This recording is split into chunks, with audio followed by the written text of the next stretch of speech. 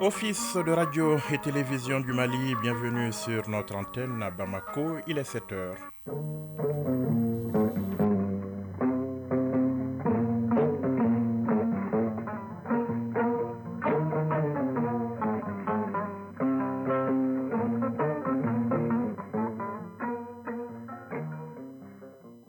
Le journal Yaya Konaté.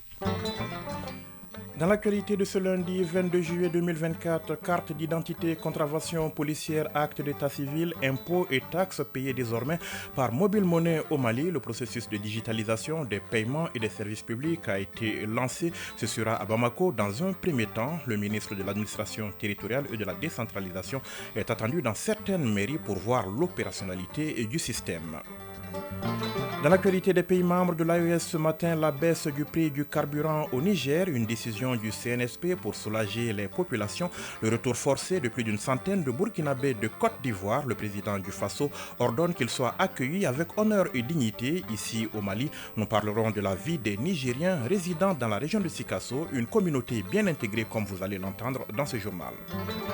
Les États-Unis, Joe Biden a annoncé hier son retrait de la course à la Maison-Blanche après des semaines de spéculation sur ses capacités physiques et mentales, plongeant son camp et la campagne dans l'inconnu. Il apporte son soutien à son actuelle vice-présidente Kamala Harris, l'ancienne procureure de Californie qui compte bien remporter l'investiture démocrate et battre Donald Trump dans moins de 4 mois. Le grand format du lundi parle aujourd'hui de produits cosmétiques, plus précisément de rouge à lèvres, difficile pour les femmes de s'en passer. Et pourtant, les cosmétiques ne sont pas sans danger sur la santé. Elles peuvent être à l'origine d'allergies cutanées pour ne citer que cela. Les sports, le coup d'envoi hier du championnat national de handball et la fin des championnats nationaux d'athlétisme. L'épilogue également hier de la Coupe du Monde U17 filles de basketball qui s'est jouée au Mexique. L'actualité des sports, ce sera avec Fotigui Tunkara en fin d'édition.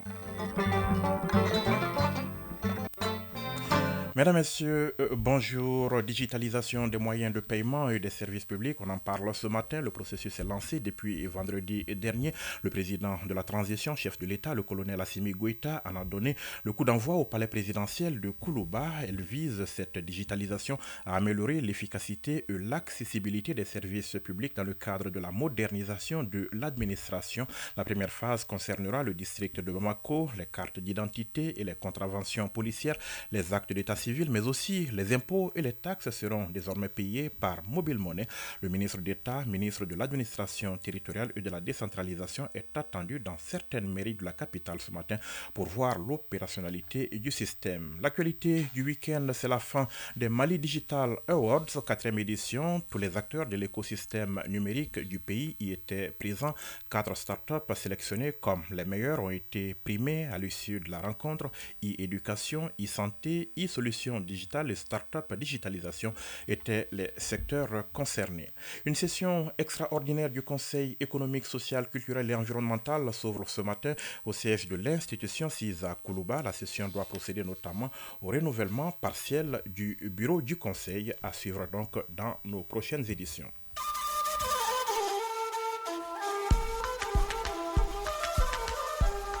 AES Actualité.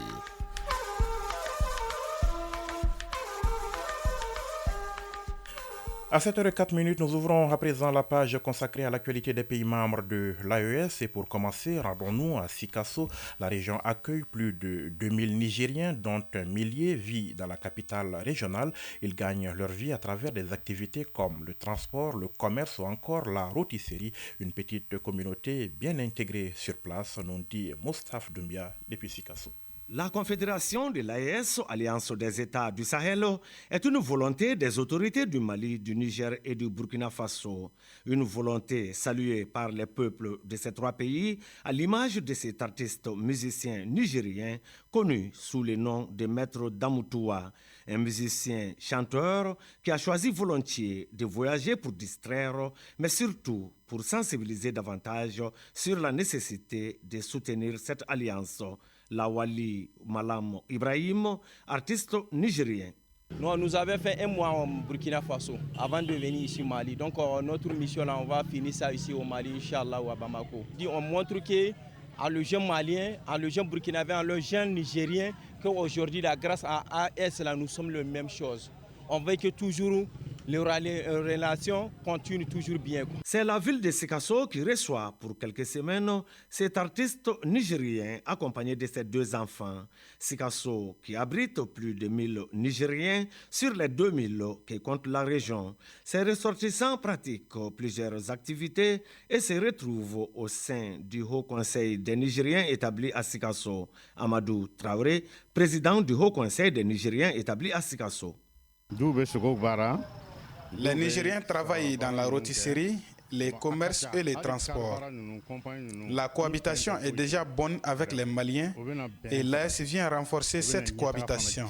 La rôtisserie africaine, qui sera bientôt baptisée rôtisserie de l'AES, est une parfaite illustration de l'intégration entre les Maliens, les Nigériens et les Burkinabés. Cet espace de vente qui emploie une dizaine de personnes propose de la viande de bœuf sous plusieurs formes. Aboubakar Boiré, gérant de la rôtisserie de l'AES. Nous sommes là depuis 2014. 8 Nigériens avec 2 Burkinabés, les autres ce sont les Maliens. Vraiment, nous sommes chez nous. On ne voit rien, aucun mal chez nous, vraiment. Nous sommes très contents. Aujourd'hui, même, ça me fait plaisir de voir que l'AES est en train de crier comme ça en force. Vraiment, ça me fait rappel des paroles de mon grand-père. C'est plus de 20 ans. Il me dit, Aboubakar, un jour viendra, 4 pays vont devenir le même pays. Aujourd'hui, je vois l'AES comme Burkina, Niger, Mali. Ça, c'est 3. Ça reste un... Ils sont nombreux, ces Nigériens qui ont su parfaitement s'intégrer dans la vie du Kénédougou. C'est le cas de Seydou Maïga, qui est arrivé du Niger depuis plus de 2 décennies. Ce vendeur de chaussures est marié à une Sikassoise, ce qui renforce davantage les liens de fraternité. Seydou Maïga, vendeur de chaussures. Je suis à Sikasso depuis 1990. Je me suis marié ici et j'ai eu des enfants. Une de mes filles est mariée aussi à un Sikassois. Donc, je me considère comme un Malien. Selon le président du Haut Conseil des Nigériens établi à Sikasso, il existe plus de 3000 Nigériens résidant dans les régions de Sikasso, Bougouni et Koutiala. Il convient de noter l'existence d'un consulat du Niger à Sikasso depuis janvier 2021. Sikasso, Moustapha Doumbia et Suleiman Bamba. Pour l'ORTM. Voilà, il est 7h07 à Sikasso. L'actualité au Niger, c'est la baisse du prix des hydrocarbures. Oui, le carburant coûte désormais moins cher dans ce pays. Le Conseil national pour la sauvegarde de la patrie a décidé d'une réduction du prix à la pompe dans le but de soulager les consommateurs. La mesure est bien évidemment très bien accueillie sur place. Abdourahman Mohamed de la radio du Niger. Dans un communiqué rendu public par le secrétariat général du gouvernement, le Conseil national pour la sauvegarde de la patrie, CNSP, a décidé d'une réduction du prix des hydrocarbures à la pompe. Ainsi, à compter du 23 juillet 2024 à 0h, sur l'ensemble du territoire national, les prix des hydrocarbures sont fixés comme suit. Super 91, 499 francs le litre. Gasoil, 618 francs le litre. Après l'annonce officielle de cette décision, suivant la réaction des citoyens nigériens. C'est une grande fête pour toute la nation du Niger. Depuis qu'on a commencé à utiliser l'hydrocarbure au Niger, nous n'avons jamais eu moins 1 franc sur le prix. Ça va beaucoup aider la population à travers la réduction du prix des biens de première nécessité. Je dirais que c'est un engagement pris et tenu. Dire au peuple nigérien, c'est un premier signe. Si Dieu le veut, Inch'Allah, les années à venir encore avec ces mêmes dirigeants, nous allons encore espérer d'autres réductions. Sachez enfin que l'objectif visé par cette réduction du prix à la pompe est de permettre la baisse du prix des transports et par voie de conséquence celle des produits de première nécessité. Par conséquent, le Conseil national pour la sauvegarde de la patrie et le gouvernement invitent l'ensemble des opérateurs économiques à répercuter cette baisse sur les prix des produits et services conformément aux engagements souscrits. En tout état de cause, les services compétents de l'État sont instruits pour prévenir et réprimer toute tentative de fraude à l'encontre de cette mesure. Et pour boucler cette page AES, sachez que plus d'une centaine de Burkinabés refoulés de Côte d'Ivoire ont été accueillis ce week-end à Yendéré, à la frontière entre les deux pays. Le président du Faso, le capitaine Ibrahim Traoré, y a dépêché une délégation pour veiller à ce que ses compatriotes victimes de cette situation puissent être accueillis à leur retour forcé au bercail avec honneur et dignité. Frédéric Tessamba de la radio du Burkina Faso. C'est avec émotion que cette communauté accueille la délégation gouvernementale. Une délégation dépêchée pour apporter réconfort et soutien à ces populations rapatriées de la Côte d'Ivoire. Mamadi Diallo apprécie l'accueil qui leur a été réservé au Burkina Faso. Dans notre village, il n'y a plus de points d'eau, donc pas de pâturage. Nos bœufs ont commencé à migrer vers des points plus verts. C'est ainsi que nous nous sommes retrouvés à Wangolo en Côte d'Ivoire, à la recherche du pâturage. Au total, 173 personnes d'une même communauté, originaires du village de Pundo dans la commune de Warakoy, région de la Boucle du Monde, ont été refoulées. Ce refoulement massif qui, de l'avis des autorités burkinabées, est en violation de l'article 33 de la Convention de Genève de 1951 relative au statut des réfugiés. Mahamoudou Sana, ministre délégué chargé de la sécurité. Ce refoulement n'a pas été préalablement notifié. Donc nous ignorons l'intention réelle des autorités ivoiriennes qui se cachent derrière ce refoulement. Mais en tout état de cause, nous avons pris des dispositions de sûreté pour non seulement investiguer, pour savoir l'élément déclencheur de ce refoulement. Alors, instruction a été donnée de les accueillir parce que c'est des Burkinabés et nous allons assurer le maximum d'assistance auprès de ces gens-là. Nous avons également pris des dispositions pour les protéger, pour les rassurer, pour qu'ils séjournent en toute quiétude. Nandi Somen Diallo, ministre de la Solidarité, de l'Action humanitaire, de la Réconciliation nationale, du genre et de la famille, apprécie le plan de réponse d'urgence constaté. Nous sommes venus trouver qu'il y a le dispositif d'urgence qui a été déjà mis en branle et nous sommes en mesure d'accueillir, de recevoir tout Burkinabé partout où il se trouve. Et c'est l'occasion pour nous de dire à nos frères et sœurs burkinabés qu'il y a du travail à faire au Burkina, de venir rester avec nous pour qu'on puisse construire notre pays. Après des messages d'encouragement, les responsables des questions humanitaires et sécuritaires ont tenu une rencontre. Ils ont analysé les actions en cours pour le recasement des populations rapatriées et proposé des solutions pour le retour prochain de leurs proches, leurs troupeaux et autres biens restés en terre ivoirienne.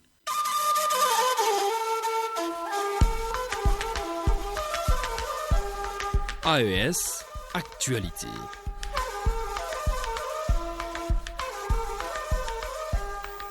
7h12, voyons ce qui fait l'actualité hors Confédération AES. Au Sénégal, les détenus du camp pénal Liberté 6 à Dakar sont en grève de la faim. Cela depuis vendredi dernier. Ils réclament une visite du ministre de la Justice et la fin de la maltraitance qui prend la forme de coups et d'agressivité dont ils se disent victimes de la part des surveillants. Tout a dégénéré vendredi dernier au cours d'une fouille des cellules très tendues qui a donc dégénéré. Depuis, des détenus ont été transférés vers la prison de Rebeuss et ceux qui restent au camp pénal dénonce la mort dans des circonstances douteuses de l'un de leurs après son transfèrement. Le président émirati Mohamed Ben Zayed a reçu le 18 juillet dernier, selon l'agence de presse nationale émirati, un appel téléphonique du chef de l'armée soudanaise, le général Abdel Fattah al-Burhan. Selon la même source, le président Ben Zayed a affirmé lors de cet entretien le soutien de son pays aux initiatives visant à arrêter l'escalade au Soudan et à mettre fin à la crise. Il s'agit du premier contact entre les deux hommes depuis la dégradation de leur rapport l'année dernière en raison de l'appui des Émirats arabes unis aux forces de soutien rapide, les paramilitaires du Soudan dirigés par Mohamed Hamdan Daglo et qui sont en guerre contre l'armée. Un récent rapport du groupe des experts de l'ONU avait confirmé l'aide d'Abu Dhabi en armes et en munitions au FSR sous couvert d'aide humanitaire, ce que Abu Dhabi a toujours nié. Le palais présidentiel émirati indique que l'appel téléphonique a été initié par le chef de l'armée soudanaise, mais le communiqué du Conseil souverain de transition au Soudan dirigé par le général al-Burhan indique qu'au contraire donc le contact a été établi à l'initiative du monarque émirati. Près de 25 millions de personnes, soit la moitié de la population du Soudan, ont besoin d'aide. 10 millions ont fui leur foyer selon les Nations Unies. Les pressions auront eu raison de son obstination. Joe Biden a annoncé hier son retrait de la course à la Maison-Blanche après des semaines de spéculation sur ses capacités physiques et mentales, plongeant son camp et la campagne présidentielle dans l'inconnu qui affrontera Donald Trump en novembre lors des élections présidentielles américaines. Joe Biden a apporté son soutien à son actuelle vice-présidente Kamala Harris. L'ancienne procureure de Californie a déclaré qu'elle compte remporter l'investiture démocrate et entend battre le milliardaire républicain dans moins de 4 mois. À ce stade, sa candidature n'est pas encore assurée. Certes, Kamala Harris a reçu des dizaines de soutiens d'élus et de figures du Parti démocrate en quelques heures après l'annonce de Joe Biden, mais elle sera candidate seulement si la convention du Parti démocrate qui doit se tenir du lundi 19 au jeudi 22 août à Chicago le décide. Le Premier ministre israélien Benjamin Netanyahou a annoncé hier avoir donné son accord à l'envoi jeudi prochain d'une délégation pour négocier un accord sur la libération des otages à Gaza. Un nouveau cycle de négociations indirectes entre le Hamas et Israël en vue d'un cessez-le-feu assorti d'un accord pour la libération des otages en échange de prisonniers palestiniens détenus par Israël a repris au début du mois sous la médiation du Qatar, de l'Égypte et des États-Unis. Et puis sachez que les rebelles yéménites ont menacé hier Israël d'une réponse énorme à ces frappes meurtrières contre le port de Hodeïda, toujours en flammes dans une nouvelle escalade régionale liée à la guerre dans la bande de Gaza, entrée dans son 10e mois. Dans ce contexte explosif, le Premier ministre israélien Benjamin Netanyahou doit se rendre aujourd'hui à Washington, où il devrait rencontrer demain le président américain Joe Biden avant un discours le lendemain devant le Congrès pour tenter de resserrer les liens avec son allié mis à mal par le conflit à Gaza conflit déclenché donc le 7 octobre par une attaque du Hamas palestinien en Israël. Une escale à Busan, c'est en Corée du Sud. La ville abrite le 12e forum des ministres de la jeunesse et de l'éducation. Au cœur des échanges, la contribution de la jeunesse au développement, la coopération entre la Corée du Sud et l'Afrique, entre autres. Abdul Karim Kaba. 25 000 personnes, dont 4 000 étudiants, ont assisté à la cérémonie d'ouverture du 12e Forum mondial des ministres de la jeunesse et de l'éducation. À Busan, ville d'accueil du forum, le cérémonial d'ouverture a permis aux invités de découvrir un pan de la culture sud-coréenne, une culture qui allie tradition et modernité. C'est donc parti pour une semaine d'activités sur diverses thématiques en lien avec la promotion et l'épanouissement de la jeunesse. Abdul Kassim Ibrahim Fomba, ministre de la Jeunesse et des Sports, chargé de l'instruction civique et de la Constitution citoyenne. Ce que je retiens, 2 choses. Première chose, c'est que j'ai vu beaucoup d'artistes internationaux passer, que ce soit au niveau des chants, au niveau de la danse. Mais toujours à côté, il y avait un Coréen. Ça veut dire quoi? Ici, ils sont en train de penser toujours au transfert. C'est-à-dire que même s'il y a des experts d'un côté, comment transférer ça au niveau des Coréens? La deuxième chose, c'est qu'ils se sont eux-mêmes adaptés pour reproduire ce qu'ils ont appris, mais ils l'ont contextualisé selon leur milieu. Le fondateur de l'ONG International Young Fellowship, ou le maintien international de la jeunesse, est revenu sur le contexte de la création de la structure avant d'appeler les jeunes à plus de courage et d'abnégation. Oxo Park. Je sais que vous menez une vie assez saine. Mais si de temps en temps vous tombez dans la drogue ou l'alcool, très souvent ils luttent et ils échouent et ils ruinent leur vie. Des panels seront animés par les ministres sur l'éducation des jeunes, l'impact des réseaux sociaux sur l'éducation de la jeunesse. Alain Mbaya, ministre conseiller chargé des jeunes et des ONG à la présidence centrafricaine. Notre contribution, c'est que nous, on a déjà pris l'engagement de faire en sorte que la jeunesse ne soit pas un peu accro aux réseaux sociaux. C'est-à-dire qu'il y a des inconvénients et il y a des avantages.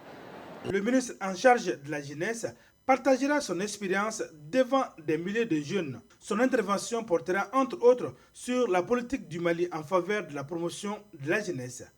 Abdul Kassim Ibrahim Fomba. Il y a juste 60 ans, la Corée du Sud était considérée comme un pays pauvre. Et aujourd'hui, il fait partie des plus fortes économies sur place. Donc ça veut dire qu'à travers la prise de conscience, à travers également l'orientation des plus hautes autorités, nous pouvons également trouver, nous, dans le cadre du Mali, nous sommes en train de tracer notre voie pour également avoir un développement et un cadre harmonieux pour notre population. L'amour du pays. Et ça, c'est important. Nous en parlons souvent, nous en parlons toujours au niveau du Mali. Mais aujourd'hui, venant d'ailleurs, nous comprenons que pour pouvoir développer son pays, il faut avoir l'amour de son pays. Le forum de Busan se veut donc un véritable espace du donner et du recevoir. Une initiative qui vise à responsabiliser la jeunesse face à son destin.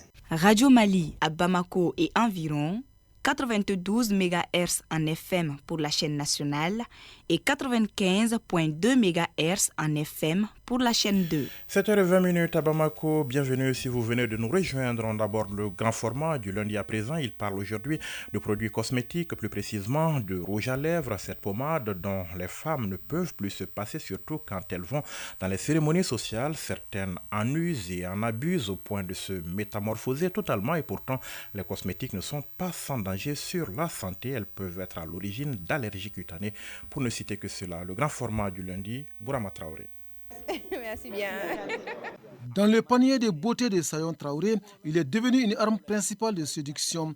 Le rouge à lèvres, c'est de lui qu'il s'agit. Bien qu'elle l'applique de façon occasionnelle, mais pas question pour elle de l'abandonner. Oui, j'utilise le rouge à lèvres pour mettre en valeur mes lèvres, quoi. C'est les glosses que j'utilise à ma maman, 2 fois par semaine. Bonjour. Khadija Maïga en est aussi une utilisatrice. Pour les cérémonies de mariage, de baptême ou d'autres manifestations, elle applique du rouge à lèvres pour donner plus d'éclat à sa beauté. Mais ce n'est pas la seule explication. Généralement, c'est pour éviter d'avoir des lèvres sèches. Et souvent aussi, c'est pour compléter à mes parures, tout simplement. Et souvent pour sortir aussi. Quand il y a des cérémonies... Cette autre femme qui a voulu garder l'anonymat utilise le produit de façon régulière. Un élément clé de beauté pour elle, et peu importe les effets secondaires. Par exemple, des cérémonies de mariage ou bien des conférences, des ateliers, des événements bien précis en fait, même pas tous les jours. Ça permet peut-être d'embellir le visage, d'être plus belle et de se sentir en confiance. Mais en réalité, quand on achète un rouge à lèvres, on ne cherche pas forcément à connaître son composant, on l'utilise juste comme ça. Mais c'est vrai que dans certains cas, on nous a dit que c'est dangereux, mais qu'est-ce que vous voulez chez les femmes? Si le maquillage n'est pas la tasse de thé de beaucoup d'hommes, le rouge à lèvres, par contre, semble évoquer chez eux quelque chose d'instinctif. À l'image de la petite étincelle dans les yeux de certains, à la perception de ce produit cosmétique, comme Sidiki Damele, qui ne boude pas son plaisir. Le rouge à lèvres, quand c'est bien fait, ça rend belle la femme. Les rouges à lèvres qui ont les mêmes couleurs que la couleur de la femme, j'apprécie mieux ça. Mais quand vous êtes noir et vous mettez du rouge, je pense que ça ne colle pas beaucoup. Entre le naturel et l'artificiel, le choix de Boubacar Diarra est vite fait. Lui a donc une mauvaise perception du rouge à lèvres dont la composition, dit-il, reste méconnue par bon nombre d'utilisatrices. Il y a des gens qui apprécient, d'autres n'apprécient pas, tel que moi je n'apprécie pas. On ne connaît pas la composition. C'est-à-dire les produits importés là, il faut rester comme tel quoi. C'est-à-dire que la beauté même africaine, il faut rester comme ça. C'est pas bien d'ailleurs. Pour donner un plus à la beauté féminine, le rouge à lèvres est perçu comme une substance magique. Le produit qui daterait de l'Antiquité n'est pas fait pour toutes les femmes, selon Dr Binta Guindo, dermatologue. Utilisé il y a à peu près 5000 ans, le rouge à lèvres, c'est une substance cosmétique et embellissante que les femmes utilisent pour quand même colorer leur bouche. Tout rouge à lèvres est composé à peu près de 5 substances. Et là, il y a une substance graisseuse qui hydrate bien la peau, les lèvres. Il y a une substance qui donne sa coloration en fonction de la couleur préférée. Il y a une substance qui permet d'éviter la dégradation du produit, une substance contre les rayons UV, c'est-à-dire les rayons solaires, qui peuvent dégrader la nature du produit. Donc, en fonction de ces substances, en fonction de cette composante, tout le monde ne peut pas utiliser ces rouges à lèvres. Merci. Pourtant, nombreuses sont les femmes qui utilisent le rouge à lèvres, un geste presque quotidien et anodin, mais qui n'est pas sans conséquence, car le produit contient des métaux lourds qui s'avèrent très nocifs pour la santé. Ça donne de l'allergie pour certaines patientes, surtout les patientes qui ont une peau sensible.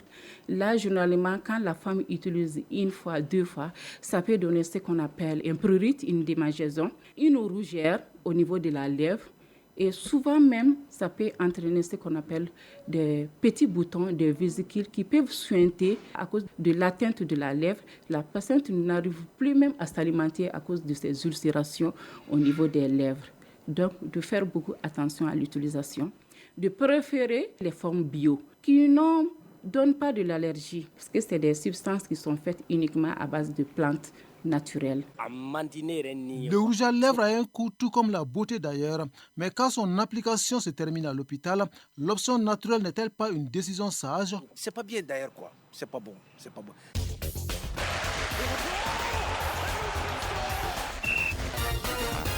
7h25, c'est l'heure des sports avec Fotigui Tunkara en direct de ce studio. Bonjour Fotigui. Bonjour Yakonate, bonjour à tous. Championnat national de handball, le coup d'envoi de l'édition 2024 a été donné hier. Oui, c'était au lycée sportif Benou Marcy. Démarré hier, la compétition regroupe 2 semaines durant les jeunes handballeurs du pays qui vont se côtoyer sur place, mais qui vont se battre également pour les titres de champion. Déjà hier chez les hommes, l'ISFAS a battu l'AS Police 32-26, le Sigidekaï s'est imposé devant le Buton de Ségou, 30-14. Le programme prévoit ce lundi, d'abord chez les dames, CMB Sigidekaï à 9h30 et Isfas AS Police à 11h. Chez les hommes, Mamaïra AC COL à 16h et AS Commune 6 Debo Club de Mopti à 17h30. Les championnats nationaux d'athlétisme, les rideaux sont tombés hier sur l'édition 2024, c'était à Sikasso. Oui, Sikasso a vibré le week-end au rythme de l'athlétisme avec ces championnats nationaux qui se sont donc achevés hier avec les relais 4 fois 200 mètres respectivement remportés chez les hommes par l'ISFAS et chez les dames par l'AS Police. Les champions au titre de l'année 2024 sont tous connus. Il s'agit en l'occurrence, en tout cas la liste est longue, d'Union Tamboura de l'ISFAS à 100 mètres femmes, Moussa Balo de l'ISFAS en 100 mètres hommes, Koumba Sidibé du Djilbassé en 200 mètres femmes, Issa Maïga de la SAK. En 200 mètres hommes, Koumba Sidibé Djilba AC encore en 400 mètres femmes. Sinal Koulibaly de l'AS Police en 400 mètres hommes. Awadjara de Raka en 800 mètres femmes. Amirou Djara de l'ISFAS en 800 mètres hommes. Amirou Djara de l'ISFAS encore en 1500 mètres hommes. Tidjan Damele de l'ISFAS en 5000 mètres. Tchemani Damele de l'ISFAS en 5000 mètres femmes. Brahma Wedrago du SUM en 5000 mètres hommes. Nasra Kone de l'AS Police au lancer des poids femmes. Adama Traoré de Raka au lancer des poids hommes. Nasra Kone de l'AS Police en disque femme. Mohamed Guindo du CAMD en disque homme. Moussoudia Koulibaly de l'AS Police en javelot femme. Mokhtar Djigi de l'ISFAS en javelot femme. Javelot homme, pardon. Ramata Nyare de l'AS Real Osso en longueur femme. Suleiman Diakité de l'ASJAB au saut en longueur homme. Ramata Nyare de l'AS Real en triple saut femme. Tidjane Diabaté du club de Mopti en triple saut homme. Des titres décrochés de haute lutte dans des épreuves qui ont donc émerveillé plus d'un, d'où la satisfaction des autorités régionales. Je vous propose d'écouter à ce sujet Amadou Oumar Kida, représentant le gouverneur donc de Sikasso. Il est au micro de Isaac Tchino.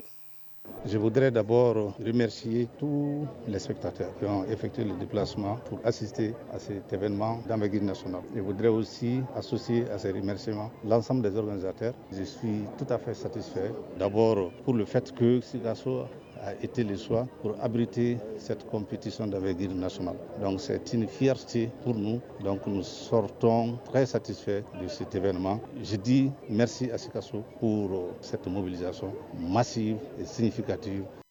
En tout cas, cette 43e édition donc, des championnats nationaux a été un franc succès à Sikasso avec les performances réalisées par les athlètes. Le bilan est jugé positif par la Fédération malienne d'athlétisme. Là-dessus, on aura la réaction des responsables du bureau fédéral dans nos prochaines éditions. Mais en attendant, il faut dire que le classement général est dominé par l'ISFAS avec 8 médailles d'or, 4 argent, 10 bronzes. L'AS Police vient en deuxième position avec 5 or, 10 argent, 3 bronzes. RAC 3e avec 2 or, 1 argent, une médaille d'argent et 2 bronzes. 4e, le Djilba AC, 2 médailles d'or, pas d'argent, 1 médaille de bronze. Et enfin, la Cyrale de Bamako, 5e avec 2 médailles d'or, pas de médaille d'argent, pas de médaille de bronze. Toutes nos félicitations à l'ensemble des lauréats Fotigui. Et on termine par la Coupe du Monde U17 filles de basketball au Mexique. La compétition a connu son épilogue hier soir. Oui, avec la victoire des États-Unis sacrée pour la 6e fois en cette édition. Seule l'édition de 2016 remportée par l'Australie face à l'Italie a donc échappé à la sélection américaine. En finale disputée hier soir, les États-Unis ont battu le Canada 84-64. En match de classement pour la 3e place, l'Espagne a dominé la France 47-39. Le Mali, notre pays, termine la compétition 13e sur 16.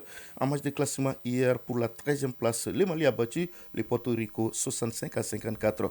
Autre résultat enregistré hier, le Mexique a gagné contre l'Argentine 75-57 dans les matchs de classement pour les 15e et 16e places.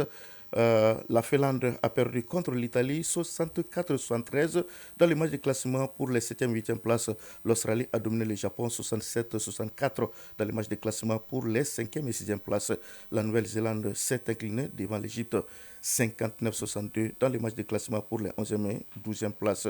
Taipei a perdu contre la Croatie 76-86 dans les matchs de classement pour les 9e et 10e places. C'était donc la page des sports qui portait ce matin la griffe de Fotigui Tunkara. Merci Fotigui. Merci à vous aussi. Et belle journée. Apparemment. Le rappel du sommaire de ce journal dans un instant. Carte d'identité, contravention policière, acte d'état civil, impôts et taxes payés désormais par mobile monnaie au Mali. Le processus de digitalisation des paiements et des services publics est lancé. Ce sera à Bamako. Dans un premier temps, le ministre de l'administration territoriale et de la décentralisation est attendu dans certaines mairies pour voir l'opérationnalité du système. Dans l'actualité des pays membres de l'AES ce matin, la baisse du prix du carburant au Niger, une décision du CNSP pour soulager les populations. Le retour forcé de plus d'une centaine de Burkinabés de la Côte d'Ivoire, le président du Faso ordonne qu'ils soient accueillis avec honneur et dignité ici au Mali. On a parlé de la vie de ces Nigériens résidant dans la région de Sikasso, une communauté bien intégrée, vous l'avez entendu. Les États-Unis, Joe Biden a annoncé hier son retrait de la course à la Maison-Blanche après des semaines de spéculation sur ses capacités physiques et mentales, plongeant son camp et la campagne dans l'inconnu. Il apporte son soutien à son actuelle vice-présidente Kamala Harris, l'ancienne procureure de Californie, qui compte bien remporter l'investiture démocrate et battre Donald Trump dans moins de 4 mois. Le grand format du lundi qui parle aujourd'hui de produits cosmétiques, plus précisément de rouge à lèvres, difficile pour les femmes de s'en passer et pourtant les cosmétiques ne sont pas sans danger sur la santé, elles peuvent être à l'origine d'allergies cutanées.